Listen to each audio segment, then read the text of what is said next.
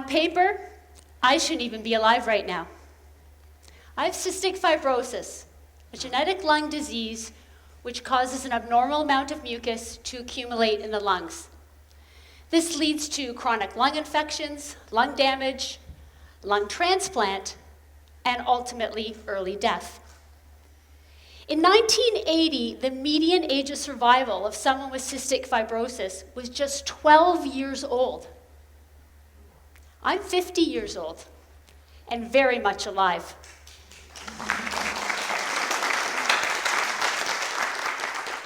In fact, I went on to become a professional athlete, and I have swam, biked, and ran all over the world, thousands of miles. And as improbable as those miles may seem to many, they've actually kept my lungs healthier than had I not done them at all. I remember when I was in high school, and I said to my track coach how I loved being an athlete, and he said, "Lisa, you're not an athlete, you're active, but you have no athletic talent." Words, whether they come from a doctor telling you you have a chronic disease, or from a coach telling you you're not good enough, they're just words. No one said the words to me, "Lisa, one day you'll be a professional athlete, training, racing, and winning with the best in the world." But I became one. My sport is triathlon, swim, bike, run. Some races are as short as an hour and others are longer than 8 hours. And my favorite is the longest and the hardest of them all, the IRONMAN.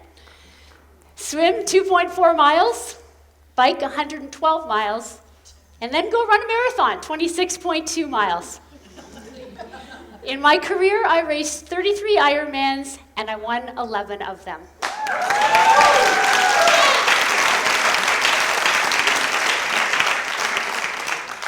Peak performance doesn't come from words.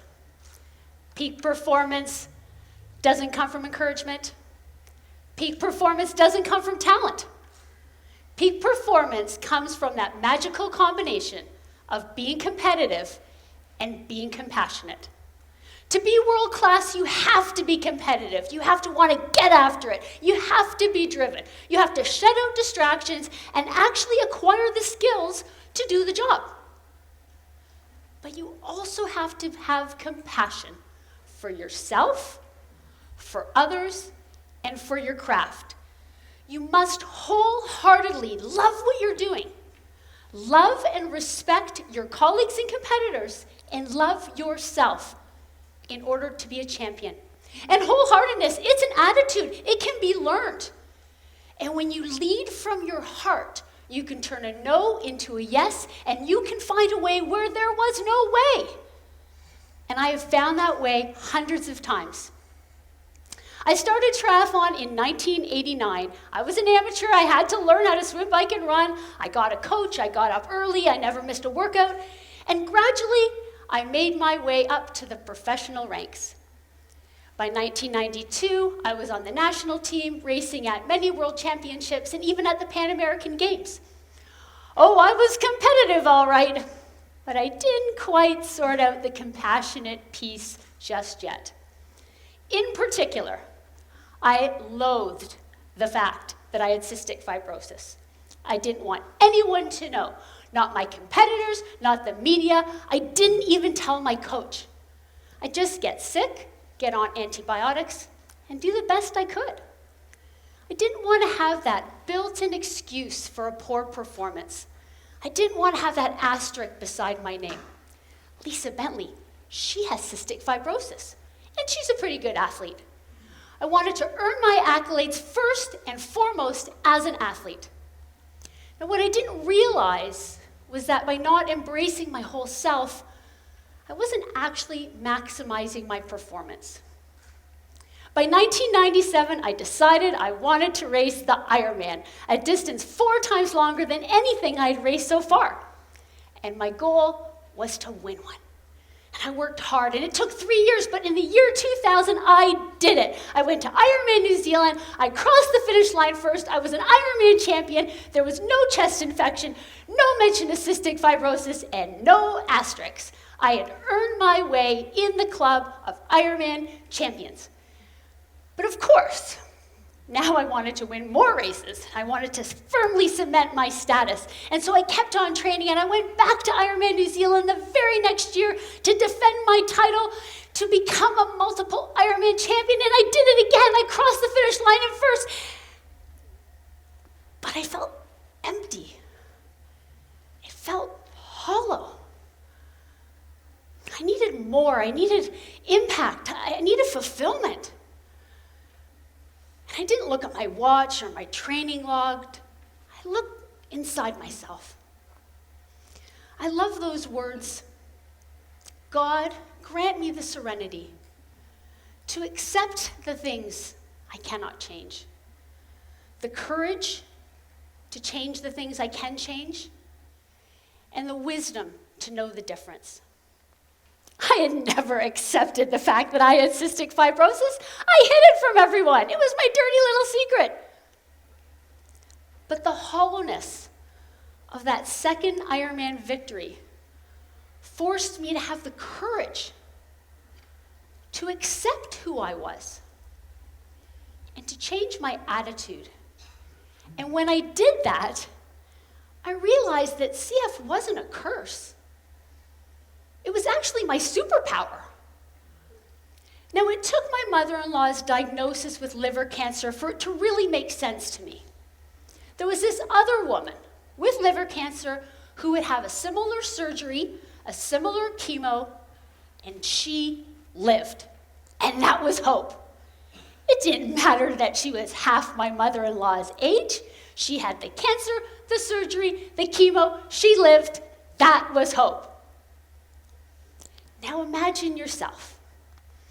You've just had a newborn baby, and the doctor comes in and tells you that your tiny infant child has cystic fibrosis. You just want to bury your head in your hands. But then you find out that there's this woman, and she has cystic fibrosis, and she's 50 years old, and she became a professional athlete racing all over the world and has thrived with this cystic fibrosis. And all of a sudden, you can raise your head out of your hands and your eyes fill with hope. That was my gift. And it took the hollowness of that second Ironman victory for me to open my eyes and realize that I was blessed with cystic fibrosis. Sport was my platform, and now cystic fibrosis gave me meaning. I still was going to swim, bike, and run. I wanted to win everything. I was a competitor. I wanted to get to that finish line first. But now every footstep towards that finish line had meaning, and I had purpose. And at last, I could combine my competitiveness with compassion for my whole self and compassion for a disease. And now peak performance would really be possible. And this all came to fruition in 2002 when I met Tracy Richardson from New Zealand.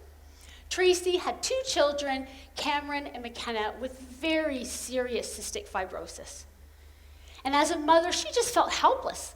There was nothing she could do to make her children well. But after we met, she saw the benefit of exercise for someone with cystic fibrosis, to strengthen the lungs, to clear the mucus out so that you don't get these chronic infections, and self-esteem and confidence.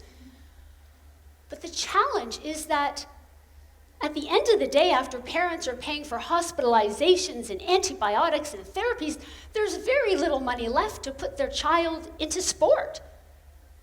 So Tracy decided that she wanted to raise money so that kids with CF would have access to sport.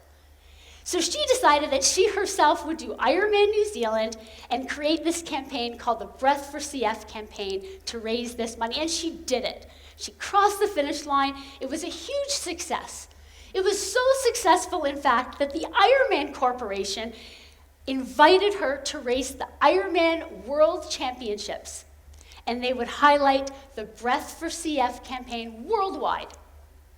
The pitch was they would focus on Tracy, the mother of 2 children with very serious cystic fibrosis, and myself, the professional athlete with cystic fibrosis who's actually trying to win the race. I was thrilled at the prospects. And in those months leading up to the race, I would just dream about the possibilities. Could you imagine if a person with cystic fibrosis won the IRONMAN World Championships, a race that was going to be seen across the world as a fundraiser for cystic fibrosis? It would deliver the message that CF isn't a death sentence. It's a hopeful disease. And this fueled me, fueled every training session. And I was in the shape of my life. The week of the race, on the Monday, 5 days before the race, I woke up with a terrible chest infection. My lungs were clogged. I couldn't breathe. I couldn't run. I was devastated. There was no way I was going to be able to race the best women in the world with lungs that didn't work properly. I felt pretty sorry for myself. A few days later, we were having a press conference to discuss the Breath for CF campaign. And I'll never forget walking into that media room, and I looked up at the table and I saw Tracy Richardson sitting there. And my eyes filled with tears. And I thought to myself, shame on you, Lisa Bentley. Shame on you. You're upset because you might not win the Ironman World Championships because you have a chest infection, which is temporary. Meanwhile, her children are likely to require double lung transplants before the age of 30. Shame on you. And in that instant, my outlook changed. I was so lucky to be able to race the Ironman World Championships. I was blessed with an opportunity to race the best women in the world at the most important race in my sport.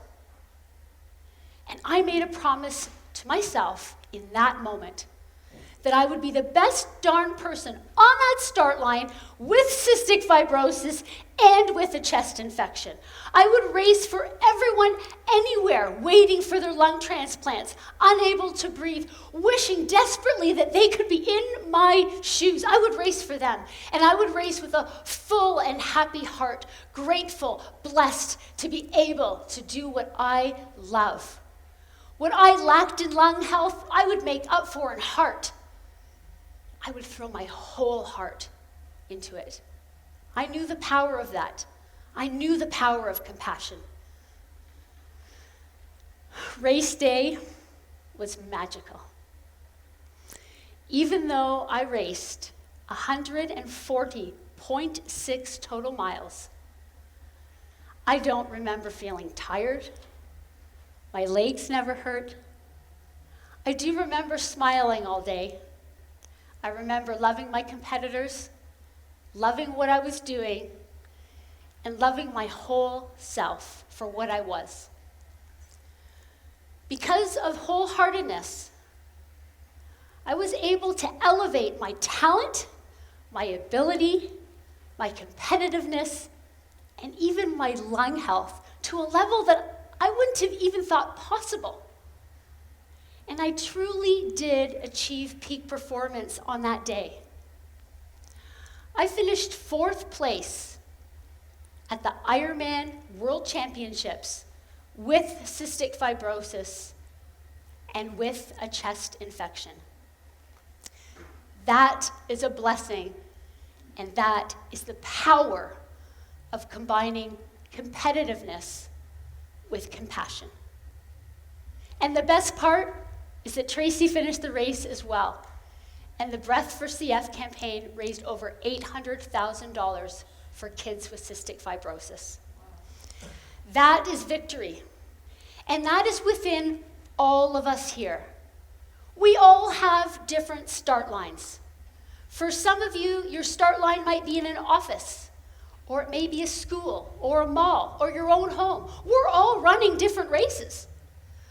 But a world-class athlete is no different from a world-class parent, or a world-class custodian, or a world-class CEO. We are all competing with ourselves and against others, but we will only win when we act from a place of love and compassion.